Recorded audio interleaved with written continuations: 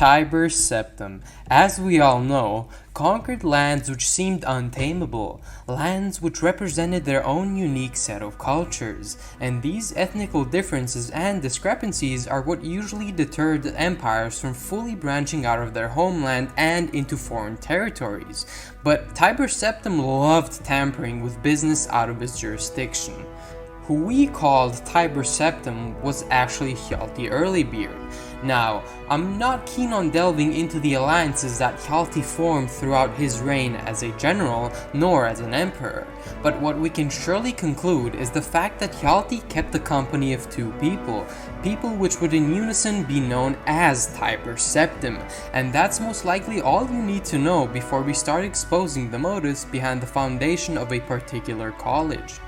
Hey there, this is Xith, and I'm doing another collaborative video, only this time we have my man @TheBigE15 on the track, and he'll be gathering the footage in this video alongside editing it. I'm really thankful for the opportunity that he's giving me.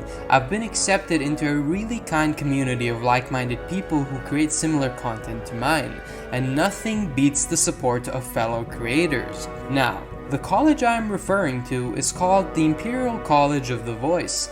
It was founded in the city of Markarth in Skyrim shortly after Tiber Septim came to power as an emperor, or after the Tiber Wars.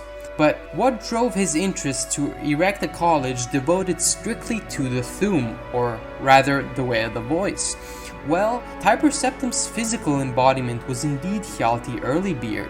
Ft. was presumably born in Al-Ser or Al-Khair of High Rock in the Second Era. I'm sorry if I mispronounced that. This would imply that he was of Breton descent, and his history as a general of the former king/emperor of the Colovian Estates and Cyrodiilic Emperor Cuchulainn was vast and fierce. His time as a general also helped him discover a gift unimaginable to common folk, the gift of harboring the blood of Redova. After realizing his true potential, Ft. proceeded to fully receive the blessings of the Greybeards atop High Hrothgar, but a certain ethereal soul would come to visit Ft. in his new dragonborn form. This person was Ysmir Wulfarth, the Underking of the Second Era. Wulfarth was, to put it lightly, one of the most proficient tongues of the Thu'um, not even being able to speak properly in the fear of wreaking absolute havoc around him.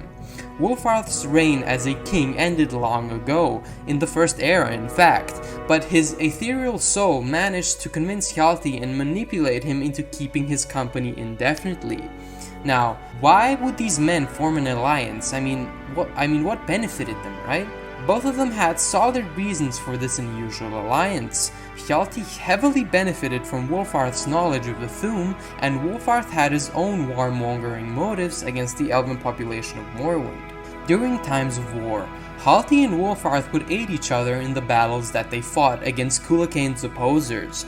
Even though many thought Ft. was the sole proprietor of these powers, Wulfarth had a say in the title that would be bestowed upon Ft., and that title was General Talos Stormcrown. The nickname Stormcrown was given to him by his soldiers due to the rampant storm that would form around Ft. in battle, but in reality, Wulfarth was the main source of those cataclysms. Not only did a wild storm aid them in their battles, but Ft.'s newly acquired Thu'um completely decimated any opposing souls, making him one of the most potent soldiers of the Second Era. But how does all this correlate to the topic at hand and the creation of the college? Well, the Thu'um was a huge element of Ft.'s success throughout his earlier ventures as a general.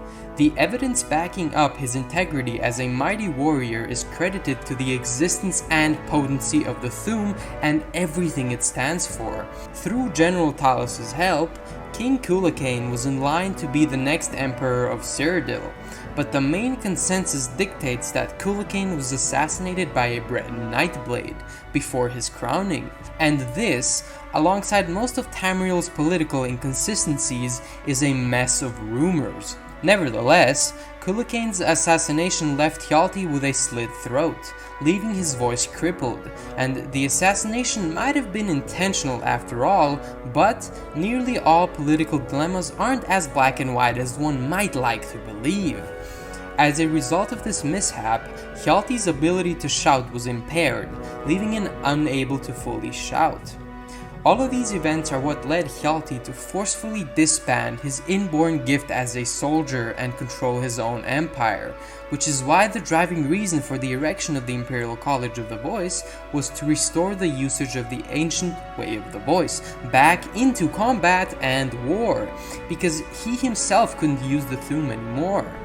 The Pocket Guide to the Empire, 1st edition, Skyrim, has an entire section devoted to the tongues of ancient Nordic culture and the motives that led Tiber Septim to establish this college. A certain section of it states, "Such were the men that forged the first empire, but alas for the Nords, one of the mightiest of all the tongues, Jürgen Windcaller, or the Calm as he is better known today, became converted to a pacifist creed that denounced use of the voice for martial exploits. His philosophy prevailed, and this was largely due to his unshakable mastery of the voice.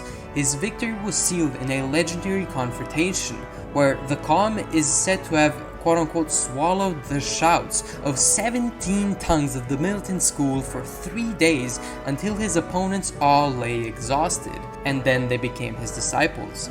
Today, the most ancient and powerful of the tongues live secluded on the highest peaks in contemplation, and have spoken only once in living memory to announce the destiny of the young Tiber Septim, as recounted in Cyrodiil. In gratitude, the Emperor has recently endowed a new Imperial College of the Voice in Markarth, dedicated to returning the way of the voice to the ancient and honorable art of war. So it may be that the mighty deeds of the Nord heroes of old will soon be equaled or surpassed on the battlefields of the present day. As stated and implied, Tiber Septim believed restoring the deadly art of shouting would be a productive addition to his army's efficiency, and even then, it is mentioned that he did it out of gratitude for the Greybeards, even though the sole goal of this college would have directly defied Jürgen Windcaller's teachings and everything the pacifistic Greybeards stand for. My more optimistic side would be inclined to believe that this might have been a genuine attempt at honoring the way of the voice, by praising the ancient Nordic approach to shouting, but Tiber Septim's behavior as royalty mirrors that of nearly every smug politician. The endowment and representation of this college seems like a huge farce to me, and mostly every scholar who wasn't deep in the crevices of Tiber Septim's butt cheeks most likely thought so too.